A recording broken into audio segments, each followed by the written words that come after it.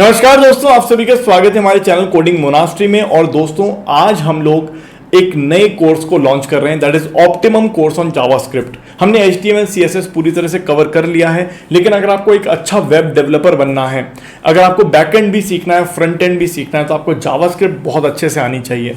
तो इस कोर्स में जहां पर हम लोग 100 लेसन्स करने वाले हैं और पूरी तरह से जावास्क्रिप्ट पढ़ेंगे, पूरे जीरो से लेके बिल्कुल एंड तक, मतलब एकदम बिल्कुल बेस लेवल से शुरू करके एकदम टॉप लेवल तक जावास्क्रिप्ट को इस कोर्स के अंदर लेके जाएंगे।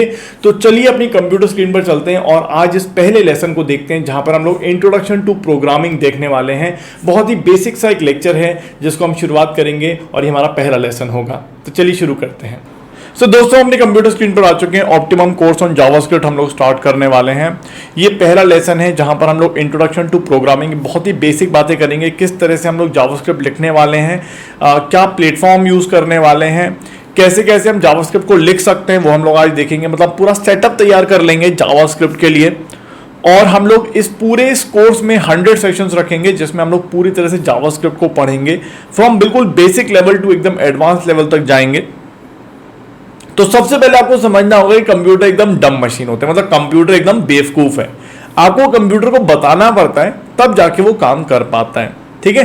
सो जिस भी तरह से आप उसको कमांड देते हो उसको हम लोग प्रोग्राम बोलते हैं, ठीक है।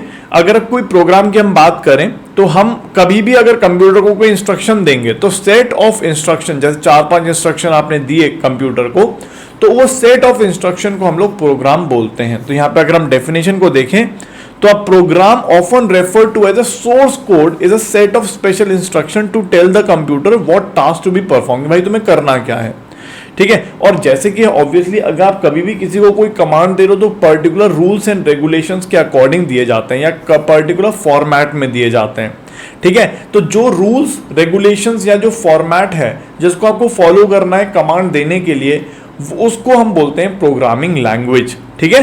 तो the rules for valid format and combination of instruction is called a computer language या प्रोग्रामिंग लैंग्वेज, ठीक है। अगर हम बात करें तो जैसा कि मैंने आपको बताया कि हम 4-5 इंस्ट्रक्शन को देते हैं। इंस्ट्रक्शन एक पर्टिकुलर फॉर्मेट में दिए जाते हैं जो फॉर्मेट को प्रोग्रामिंग लैंग्वेज डिफाइन करता है। और 4-5 जो स्टेटमेंट्स हैं जिसको हम कंबाइन करते हैं उसको बोलते हैं सोर्स कोड, कोड या प्रोग्राम। एक ही बात है सब कुछ, ठीक है ना। चलिए, तो हम अपने जावास्क्रिप्ट के कोड को 3 तरह से लिख सकते हैं। या तो हम VS कोड में लिख सकते हैं, या फिर हम डायरेक्टली ब्राउजर में लिख सकते हैं, या फिर हम रेपलेट में लिख सकते हैं। देखिए, VS कोड में हम बाद में सीखेंगे किस तरह से लिख सकते हैं, क्योंकि हम लोग जब अपने HTML के अंदर अपनी जावास्क्रिप्ट को इंक्लूड करेंगे तब जाके हम देखेंगे वहां पे किस तरह से हम लोग VS कोड में यूज करते हैं। लेकिन अभी मैं आप लोगों को बता देता हूं कि ब्राउजर में और रेपलेट, क्योंकि रेपलेट में ही हम लोग पूरा काम करने वाले हैं, तो रेपलेट पे कैसे लिखेंगे और ब्राउजर में कैसे लिखेंगे। तो ब्राउजर के लिए हम क्या करते हैं, एक छोटा सा प्रोग्राम मैंने यहाँ पे क्रिएट किया है। a = 21, मतलब एक वेरिएबल बना लिया, b को a × 2 कर दिया और console.log b कर दिया। ये जो कमांड है ये हमारे b को डिस्प्ले कर देगा कंसोल में, ठीक है। तो अभी कमांड नहीं समझ में आ रहा है तो छोड़ दो, कोई परेशानी वाली बात नहीं है। बट अभी आप समझो भाई, console.log करके एक कमांड होता है जिससे आप अपने पूरे के पूरे जिसको भी आप डिस्प्ले कराना चाहते हो वहां पे डिस्प्ले हो जाता है। तो क्या करते हैं अपन, यहां पर चलते हैं अपने फायरफॉक्स पे, आप इंस्पेक्ट पे चले जाओ और यहाँ पे कंसोल में चले जाओ।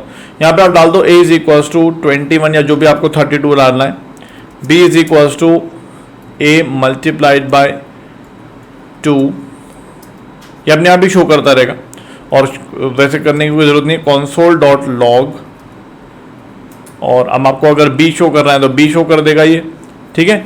और अगर a शो करना है तो a शो कर देगा, ठीक है।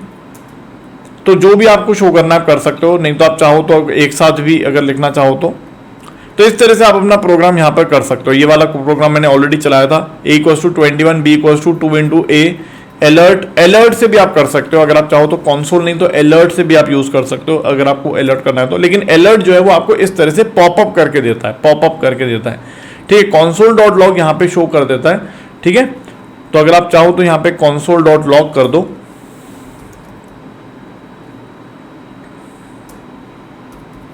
तो वो नीचे ही शो कर देगा वहां पे, ठीक है ना।